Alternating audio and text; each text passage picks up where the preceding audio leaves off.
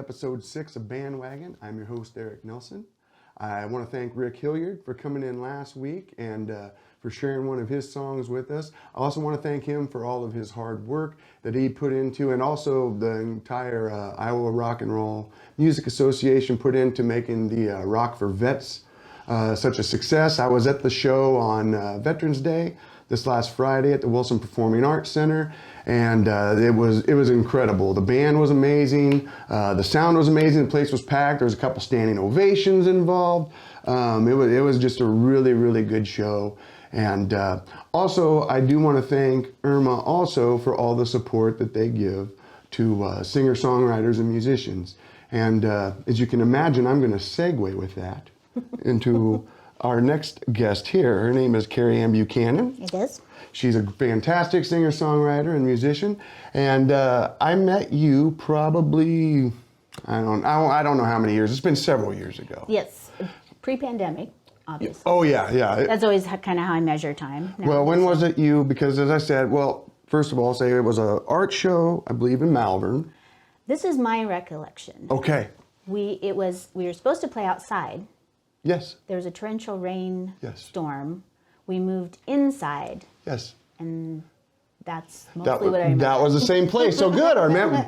So I wasn't making a Nope. bunch of shit up. No, that was really true. happened. Cool. I mean, we could embellish however you want, but that's, I think, the Okay. core of it. Well, okay. And I remember you saying that you had moved from Texas, and I didn't know if you were from Texas originally or... No, I'm from Alliance originally, Okay. Alliance, Nebraska. Okay. I moved down to Texas in '96 Okay. after I went to school in Crete. I went to Doane College, Okay. now Doane University. And I moved down to Houston, Texas to do an internship. I was a costume designer at the time. Nice. So that is what brought me down to Texas. And then I Okay. stayed for about 16 years. All right. Well, what brought you back here then? A divorce. Oh, wow. Gosh, I'm sorry. Jeez, I'm asking all the great questions. No, huh? I mean, that's just, it is what it is. That's what Yeah, that's yeah. what brought me back. And it's not a bad thing. It's a good thing that I came back up here. So, Good. I moved up here in 2014. Okay. So, yeah. And then I kind of hibernated for about a year or so before I started to like venture out and make music. Nice.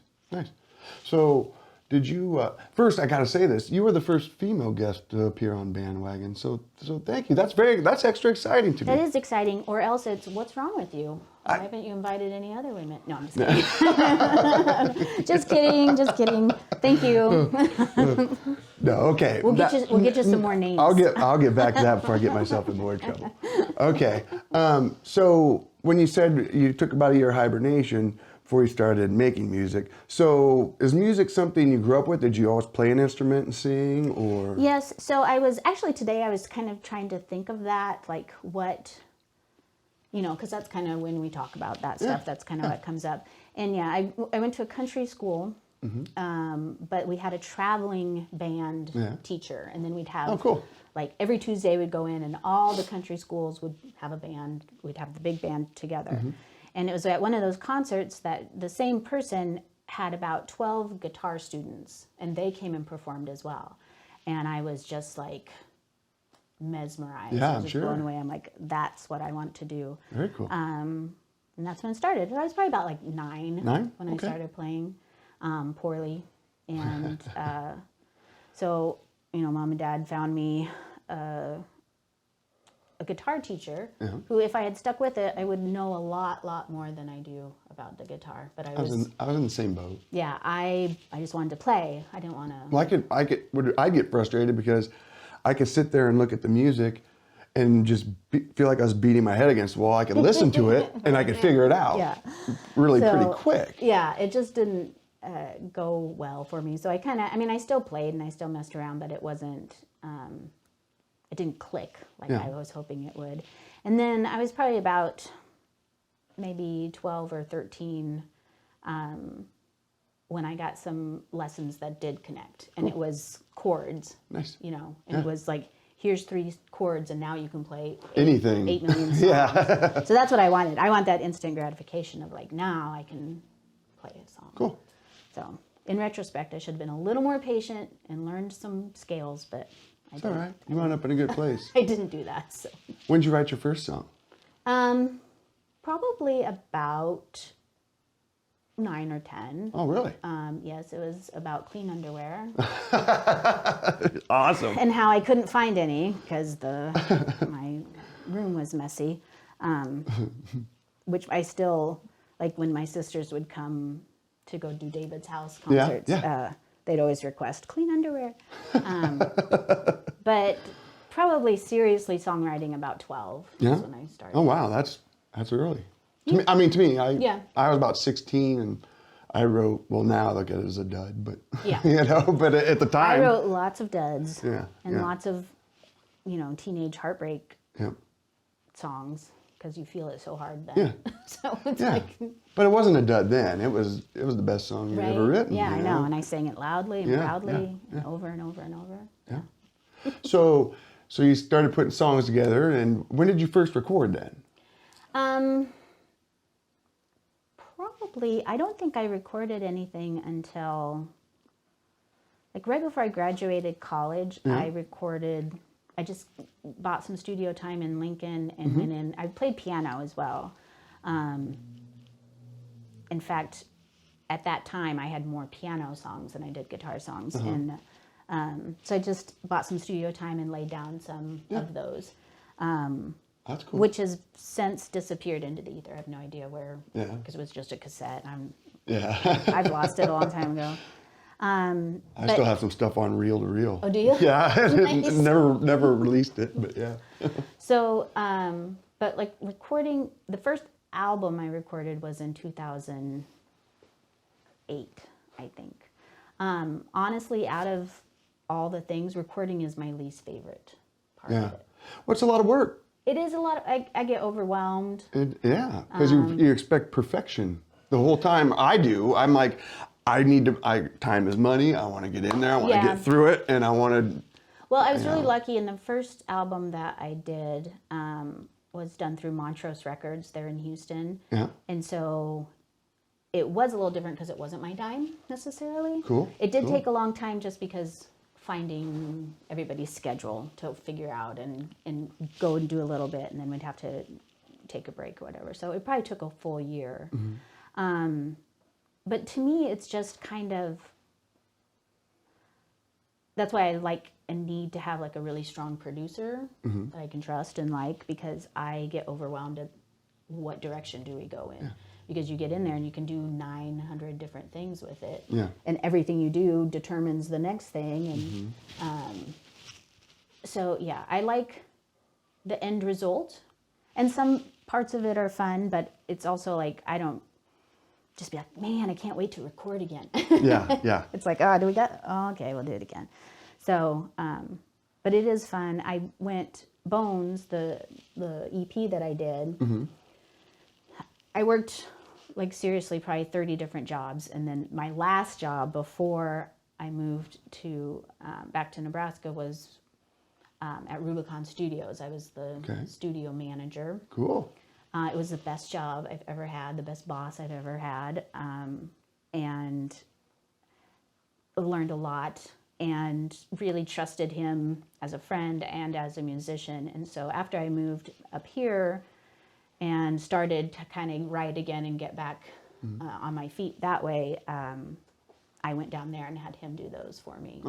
So, which was fun because it was a different relationship than we'd had. It had. It was we weren't working. It was working before more than. Yeah, and it just it was kind of also an exercise in letting go and letting go of control and letting go of ego, because I'm like, I'm going to bring you these songs and I want you to do that. I'm not going to sit there and be like, I want it like this or that, like that. Like, I trust you.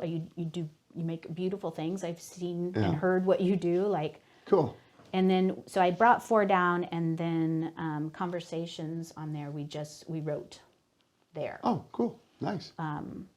Which was my plan and my challenge to myself. And then, like towards the end, I'm like, this is ridiculous. What are we doing? Yeah. But it all came together. So how many albums in total have you released? Just 2. Just 2. Okay. Yep. Okay. So under my Texas band, it was called Carrie Ann and the Apocalyptics. Yep. Okay.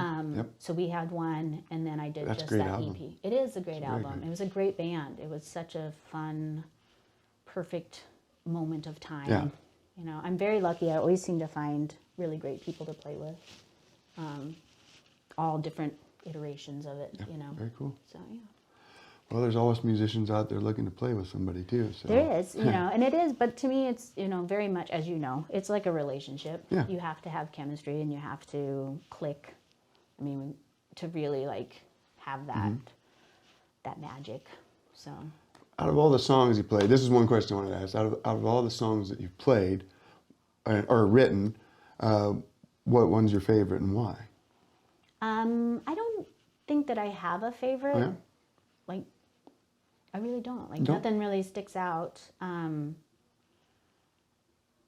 me, if they have survived either being recorded or this long in my life, then I think they're pretty good songs. I probably like them. Yeah. Because there's a lot that fell off.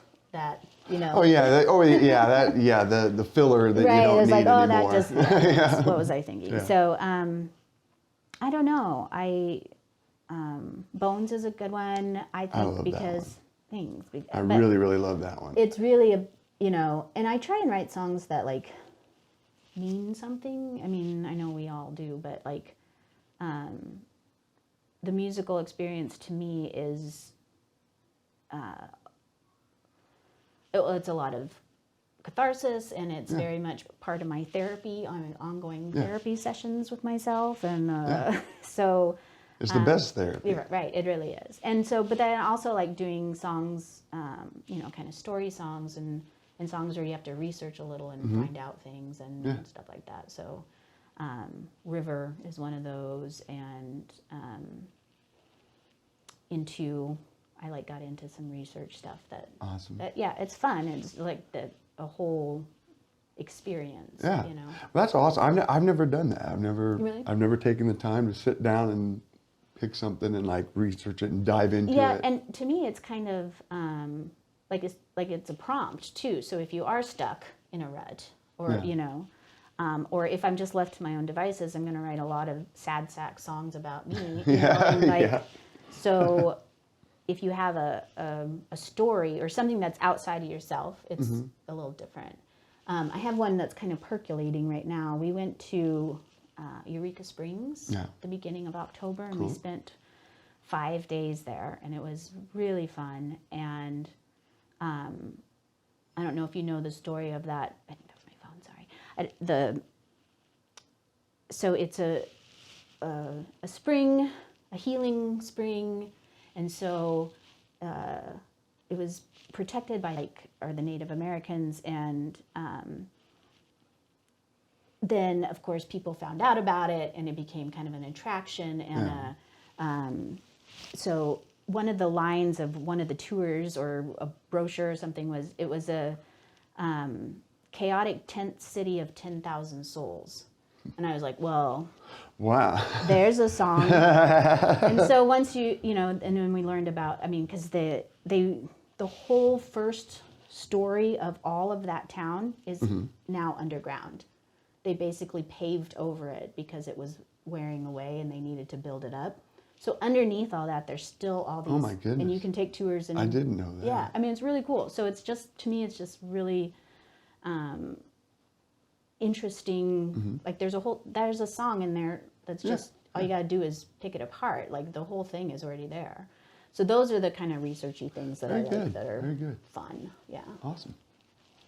Well, before we play a song, I wanted to, one thing I did want to touch on that you mentioned earlier was David's House. And that's one of the things that I've been very proud to have been a part of in my music career. That's super cool. And Yeah. I just, you know, for those viewers or anyone who may not know about it, why don't you tell us a little bit about it? Well, David's House started, David is my brother-in-law, so my little sister Jody's husband. He has ALS, and he has had it for, I want to say like he's on his 14th year, which is, if you know anything about ALS, that's remarkable, because usually people have like a 4-year, really, it's kind of a 4-year diagnosis. And but he is, as you know, you've met him, he's very stubborn and opinionated, and he's like, nope, and we've been lucky because it's been kind of a slow progression.